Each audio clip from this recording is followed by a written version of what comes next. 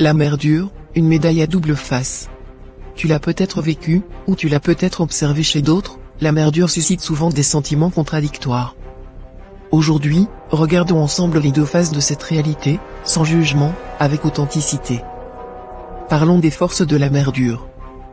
Commençons par voir ce que cette fermeté peut apporter de positif. La mère dure forge ton caractère comme un artisan façonne le métal. Grâce à elle, tu développes une résilience extraordinaire. Les obstacles? Tu apprends à les voir comme des défis plutôt que des barrières. L'échec? Il devient une étape vers le succès, pas une finalité. Cette mère t'apprend l'autonomie précoce. Quand elle refuse de faire tes devoirs à ta place, quand elle t'oblige à ranger ta chambre, quand elle insiste pour que tu assumes les conséquences de tes actes, elle te prépare à la vraie vie. Tu découvres la valeur de l'effort, l'importance de la persévérance, et la satisfaction du travail bien fait.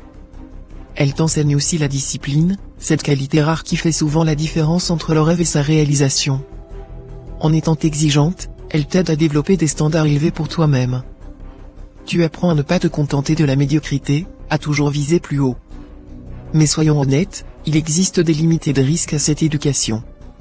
Cette approche a aussi ses zones d'ombre. Une exigence excessive peut créer une pression écrasante. Tu peux développer une peur constante de l'échec, une anxiété de performance, qui te paralyse au lieu de te stimuler. Le perfectionnisme, poussé à l'extrême, peut devenir ton pire ennemi. L'absence de validation émotionnelle peut laisser des cicatrices invisibles. Quand tes succès sont accueillis par de nouvelles exigences plutôt que par des félicitations, quand tes larmes sont vues comme des signes de faiblesse, tu peux avoir du mal à développer une estime de soi saine. Tu risques de devenir dur avec toi-même, incapable de célébrer tes victoires ou d'accepter tes limites. Alors, que faire de ce constat? L'idéal réside probablement dans un équilibre subtil, le juste équilibre. Une mère peut être exigeante tout en restant bienveillante, ferme tout en restant à l'écoute.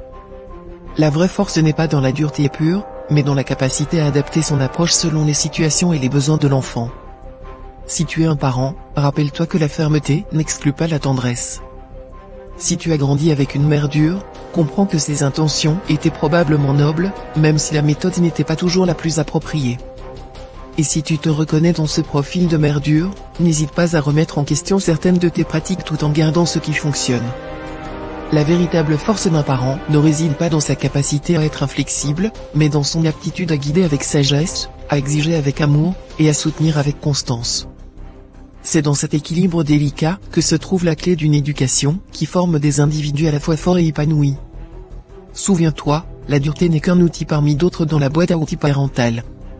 L'important n'est pas d'être dur ou doux, mais d'être juste et cohérent, tout en gardant comme boussole le bien-être et l'épanouissement de l'enfant. Gratitude.